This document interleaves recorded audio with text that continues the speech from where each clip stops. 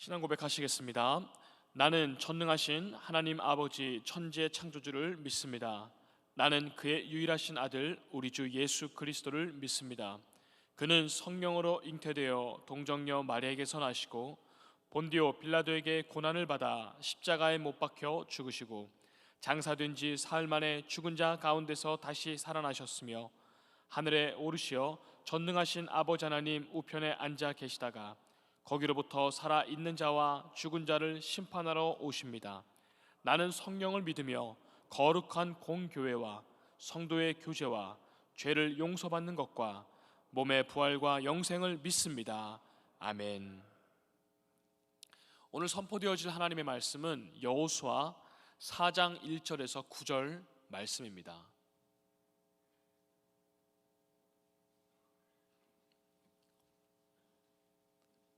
구약 324면에 있는 여호수아 4장 1절에서 9절까지 말씀을 한 절씩 교독하시겠습니다.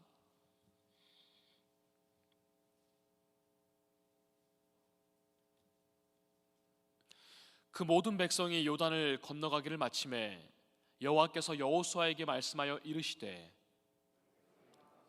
한 사람씩 12사람을 그들에게 명령하여 이르기를 요단 가운데 제사장들의 발이 굳게 선 그곳에서 돌 12를 택하여 그것을 가져다가 오늘 밤 너희가 유숙할 그곳에 두게 하라 하시니라.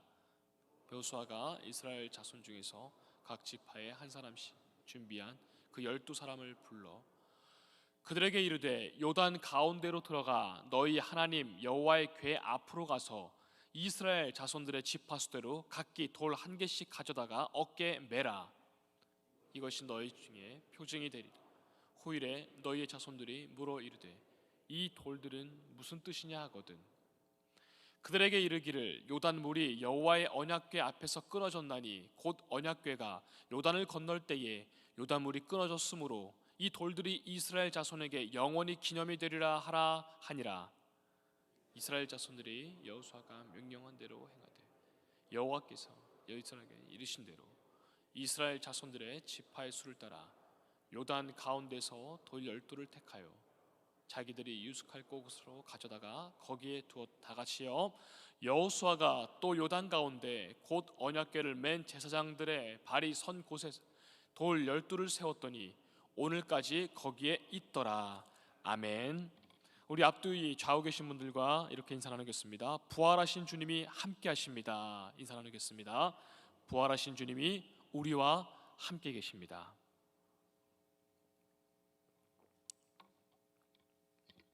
이스라엘 민족이 새로운 지도자 여호수아의 지휘 아래 하나님께서 약속해 주신 그 땅 가나안을 정복하고 그곳에 정착해가는 과정을 그린 책이 기록한 책이 바로 여호수아입니다. 이 바로 앞에 3장까지는 이스라엘 민족이 요단강을 무사히 건넌 그 사실을 기록하였습니다. 이어서 그것을 기념하기 위해 오늘 우리가 봉독한 이 4절 말씀에서는 12개의 돌을 기념비로 세워라. 그 돌을 기념하여 그것을 세운 사실을 기록하고 있습니다. 여기서 이 돌을 세운 이유는 하나님께서 이스라엘 백성들로 하여금 하나님께서 지금까지 부어주신 그 은혜에 대해서 그것을 잊지 말고 그 돌을 볼 때마다 영원히 기억하라, 그렇게 교훈을 주기 위함입니다. 여호수아서 3장과 4장을 거쳐서 이스라엘 백성들이 우여곡절 끝에 요단강을 하나님의 은혜로 건너고 그것을 크게 기념하고 있는 것처럼 여기 있는 우리 모두도 단 한 분도 빠짐없이 이 땅에서의 죄와 고난과 여러 가지 우여곡절과 다사다난함을 마침내 그 강을 건너서 하나님 나라 그 천국에 이르기까지 모두가 한 명도 빠짐없이 건너시는 최후 승리자가 되시기를 소망합니다. 1절부터 3절까지를 우리 함께 보도록 하겠습니다. 1절부터 3절까지입니다. 그 모든 백성이 요단을 건너가기를 마침에 여호와께서 여호수아에게 말씀하여 이르시되 백성의 각 지파에 한 사람씩 12사람을 택하고 그들에게 명령하여 이르기를 요단 가운데 제사장들의 발이 굳게 선 그곳에서 돌 12를 택하여 그것을 가져다가 오늘 밤 너희가 유숙할 그곳에 두게 하라 하니라. 아멘. 이미 하나님께서는 여호수아로 하여금 요단강을 건너기 이전부터 12사람을 택하라고 준비를 시키셨습니다. 각 지파에서 12지파에서 한 명씩을 대표를 정해서 그 사람들이 자기의 돈을 그 강에서 취하라는 것입니다.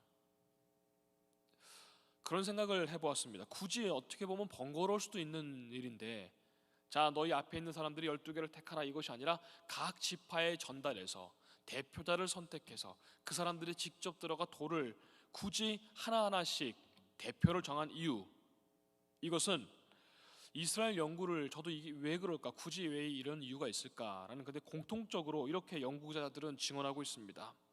각 지파가 한 개씩 취한 것은 이스라엘 민족의 일치성을 보여주는 것으로서, 이렇게 함으로 그들은 하나님 앞에서 하나의 연합된 공동체임을 깨닫게 하려 하시기 위함이라고 기록되어 있습니다.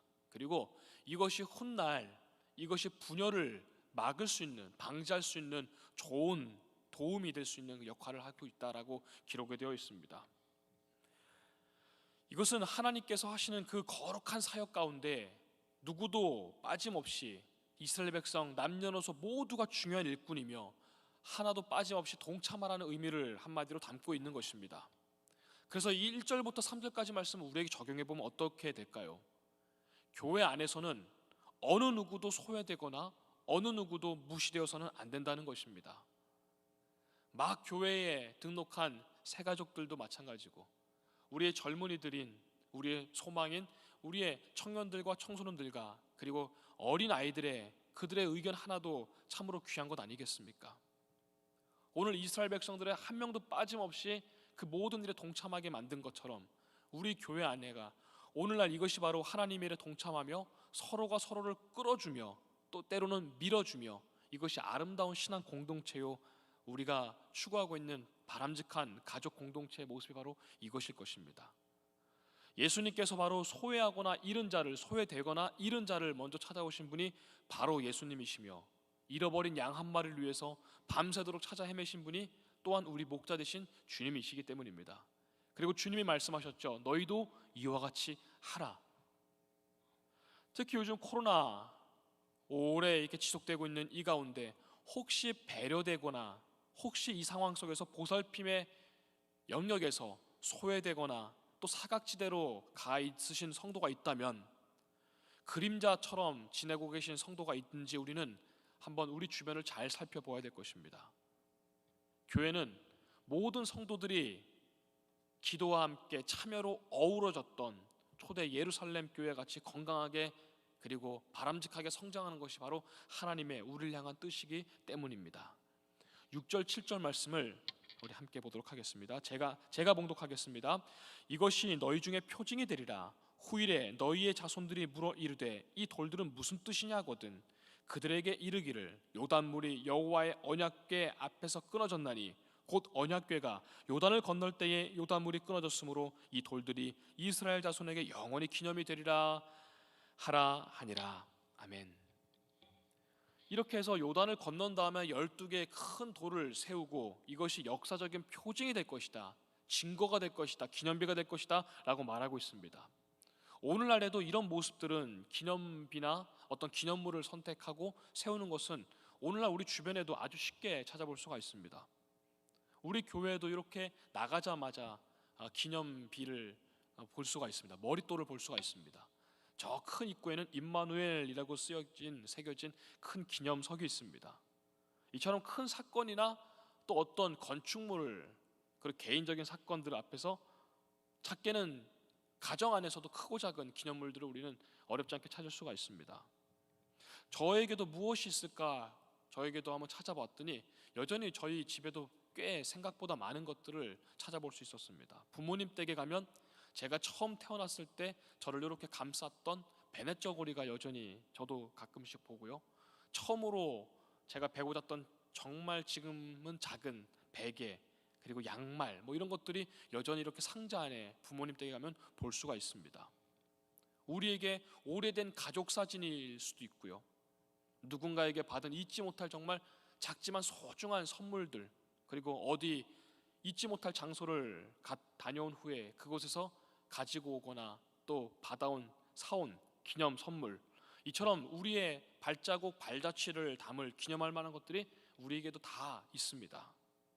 그렇다면 이 12개의 돌을 자손들을 위해서 기념물을 세우라라고 하신 이유가 또 무엇이 있을까요? 사람들은 잘 잊어버리기 때문입니다. 망각의 증세가 있죠. 애굽에서의 노예 생활을 한 것을 하나님께서 건져주셨습니다. 출애굽하여서 광야에서 그 거치는 40년 동안 홍해와 요단, 만나와 메추라기, 이 모든 평생 이것들을 경험하고 그것을 우리가 잊지 말아야 되건만, 감사 감격으로만 살아도 모자란 인생이건만, 어찌된 일인지 이스라엘 백성은 그것이 어느 정도의 시간만 지나면 금세 그것들이 사라져 버리고 시들어져 버립니다. 하나님께서는 이런 이스라엘 백성들을 향해서 이사야 선지자를 통해 이렇게 말씀을 하셨습니다. 우리 말씀이 혹시 있으면, 이사야 1장 3절 말씀에 소는 그 임자를 알고 나귀도 그 유를 알건만은 이스라엘은 알지 못하며 나의 백성은 깨닫지 못하는도다 라고 하나님께서 한탄하셨습니다. 소도 주인을 알고 나귀마저도 주인을 아는데 어찌하여 너희는 나를 잊고 사느냐, 하나님께서 한탄하셨습니다. 그리하여서 이 오늘 본문을 통해 이 돌 기둥을 기념하여 여기를 지날 때마다, 그리고 이 사건을 기억할 때마다, 이것을 볼 때마다 이 사건, 하나님의 은혜를 잊지 말라는 것입니다. 오늘 이 말씀을 나에게 그럼 적용해 보면 어떨까요? 지나온 모든 세월들, 그리고 하나님의 은혜, 여기까지 인도하심을, 그 주체는 바로 우리 하나님이셨다는 것입니다. 혹시나 그래도 내 마음 가운데, 그래도 내가 어느 정도 했으니까, 내가 그래도 이만큼 노력했으니까, 이만큼 했으니까, 그러니까 이 정도 보상은 받아야겠지, 혹시 이런 마음이 우리에게도 있지는 않은지요? 이스라엘 백성이 광야를 건널 때 그들이 잘한 것이 있어서, 그래도 조금 잘한 것이 있어서 그들이 보상을 받은 것이 아니라고 기록이 되어 있습니다. 신명기 15장 말씀에 너는 애굽 땅에서 종되었던 것과 너의 하나님께 속하였던 것을 기억하라라고 말씀하고 있습니다. 너는 종이었어. 너 종이었던 것을 잊지 마. 그것이 나에게 속한 것이라는 것을 하나님께서는 강조하고 계십니다. 너가 그래도 나에게 뭔가 했기 때문에 그래 고맙다 하고 한 것이 아니라는 것입니다. 시편 103편 2절 말씀에는 내 영혼아 여호와를 송축하며 그 모든 은혜를 잊지 말지어다 라고 기록이 되어 있습니다. 다윗 정도면 그래도 하나님 앞에서 많은 공을 돌리고 성과를 이룬 사람 아니겠습니까? 다윗의 공에 가까이 갈 만한 사람이 많지는 않겠죠. 그런데도 다윗마저도 모든 은혜가 여호와께였다고 말하고 있습니다. 그로부터 왔다고 말하고 있습니다.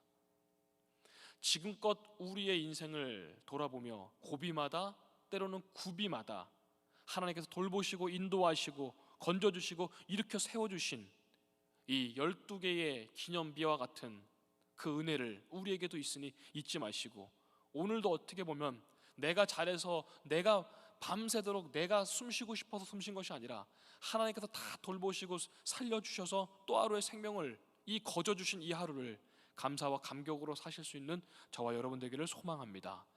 9절 말씀을 제가 봉독하겠습니다. 9절입니다. 여호수아가 또 요단 가운데 곧 언약궤를 맨 제사장들의 발이 선 곳에 돌 12를 세웠더니 오늘까지 거기에 있더라. 아멘. 여호수아는 단순히 하나님께서 이렇게 세우라고 말씀하시니 자 세워라 이렇게 명령만 한 사람이 아닙니다. 전달만 한 사람이 아니라는 것입니다. 9절 말씀 우리가 보다시피 각 지파들이, 제사장들이 가지고 온 그 12개의 돌들을 여호수아가 하나하나 세웠다는 것입니다.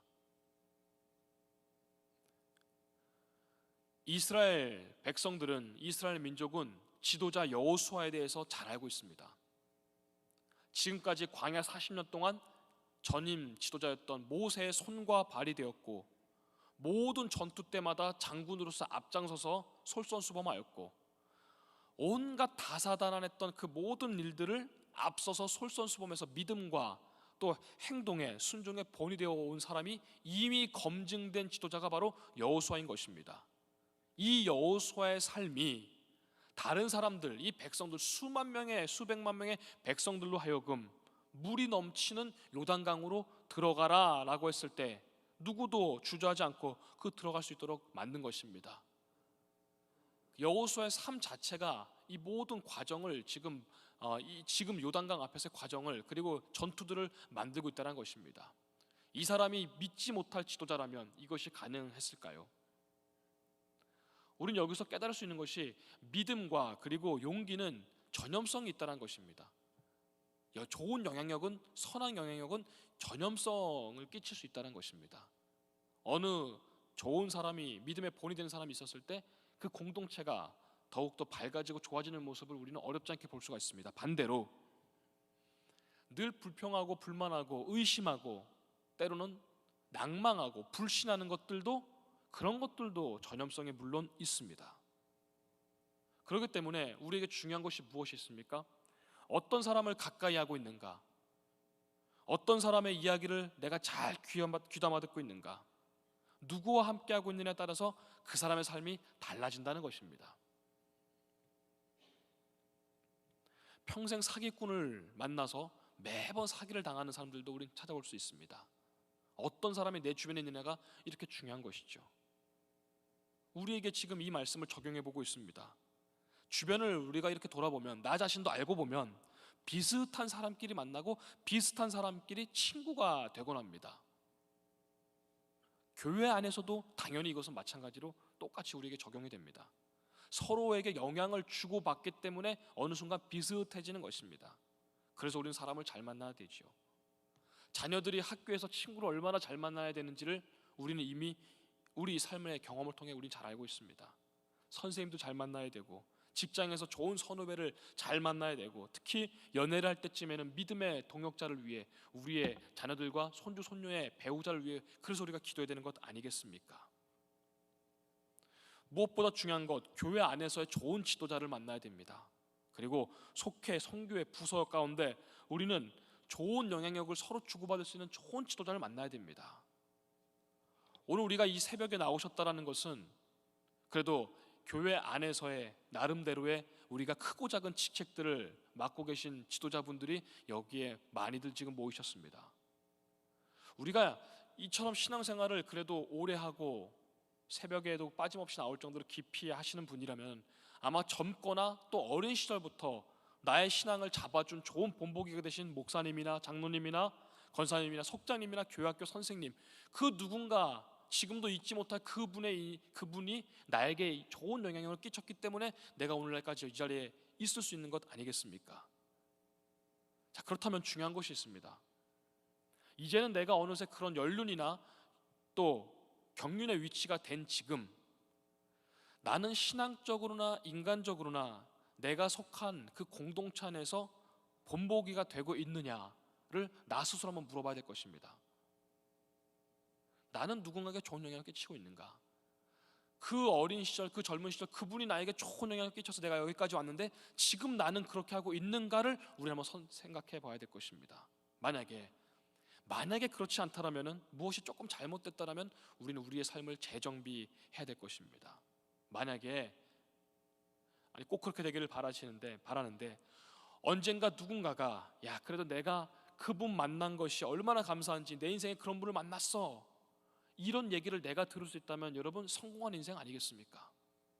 우리가 아무리 높은 직책과 무엇이 높은지는 잘 모르겠습니다만 중요한 직책과 직분을 맡은다 한들 이 사람만 생각하면 에휴 이렇게 생각된다면 성공한 인생이라고 보기는 어렵지 않겠습니까? 오늘 6절 말씀에 이 돌기둥이 무엇이냐, 돌기둥이 도대체 무엇이냐, 자손들이 묻거늘, 이런 말이 기록되어 있습니다. 이 돌들이 무엇입니까? 라고 자손들이 묻거늘, 언젠가 우리 자손들이 우리들을 향해서, 내가 그때는 세상에 있을지 없을지 모르겠습니다만 그 이후에도 그분의 삶은 어떠셨나요? 우리 할아버지의 삶은 어떠셨나요? 우리 할머니의 삶은 어떠셨나요? 라고 물을 때가 있을 수 있습니다. 물을 것입니다. 이것이 무엇이냐? 자손들이 묻거늘. 그때 우리의 이름은 어떻게 언급이 될까요? 클레어 루츠부츠라는 그 어떤 그 분께서 이런 얘기를 하셨습니다. 사람은 한 단어로 기록이 된다. 한 단어로 기억된다. 예를 들어서 장세형이라는 사람이 어때? 라고 했을 때 한 단어로 뭐 그런 사람이야 라고 말하지, 주저리 이렇게 뭐 책을 몇 권 써가지고 이렇게 설명을 그 앞에서 하지 않습니다. 한 단어로 표현되지요. 만약에 장세형이라는 사람 어때? 라고 제가 모르는 두 분이 대화를 했을 때 아유 뭐 그냥 그래, 그러면 저는 그냥 그런 사람입니다. 사람은 이처럼 한 단어로 평가가 되지요. 언젠가 우리 자손들이 우리에 대해서 묻건을 뭐 그냥, 이렇다면 너무나 아쉬운 인생 아니겠습니까? 내가 이 땅에 없을 때 나의 후손들이 나의 인생과 신앙과 그리고 삶에 대해서 나의 자녀들에게 물을 때가 있을 것입니다. 오늘 만약에 세상을 내가, 하나님께서 나를 부르신다면 나의 인생은 그들에게 어떻게 평가가 될까요? 어떻게 기억이 될까요? 아무쪼록 오늘 말씀처럼, 오늘 여호수아와 그리고 이스라엘 백성들처럼 우리가 이 땅을 살아가시면서 여러 고난과 유혹이 여전히 우리 앞에 놓여 있겠으나 흔들리지 아니하고 이 쉽지 않은 삶 가운데 믿음 잘 지키시고 신앙 잘 지켜 후에 후손들 앞에, 그리고 나아가 하나님 앞에 부끄럽지 않은 인생들 다 되시기를, 승리하는 인생들 되시기를, 그래서 12개 돌뿐만이 아니라 기념할 만한 신앙의 돌들이 많아지실 수 있는 저 여러분 되기를 주님의 이름으로 소망합니다.